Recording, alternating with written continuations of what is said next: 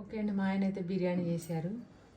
Taste అయితే ఇప్పుడు చూడబోతున్నాను. పొగలు చూసారు కదా ఎలా వస్తున్నాయో, పొగలు కెమెరాలో బాగా కనిపిస్తున్నాయి పొగలు. కెమెరాలో మామూలుగా లేదు. రెస్టారెంట్ స్టైల్లో బిర్యానీ చేశారు. దమ్ బిర్యానీ. అయితే ఈ చొప్పున చూసుకుంటే ఆ గిన్నె నిండా బిర్యానీ మనకి హోటల్లో ఇచ్చే బిర్యానీ గిన్నెలతో పోలిస్తే ఒక 9-10 అవుతాయండి ఈజీగా. ఆ బిర్యానీ గిన్నె నిండా బిర్యానీ, ఆ చిన్న చిన్న బౌల్స్ ఇస్తారుగా 10 అయితే అందులో. అంటే ఒక బిర్యానీ 250 అంటే 10 అంటే 3000. దీనికి ఎంత అయింది?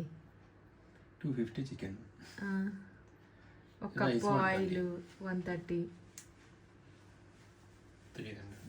మొత్తం 500 అయినాయి అంతే. 500కి 3000 లాభమా బయట?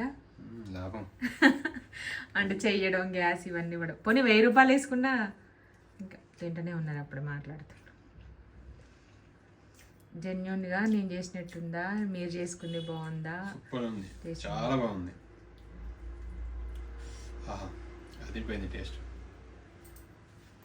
ఓకే అండి, ఛానల్ కింద లింక్ ఇచ్చాం చూడండి, ఫుల్ వీడియో. మా ఆయన స్టైల్లో చేశారనమాట చికెన్ బిర్యానీ.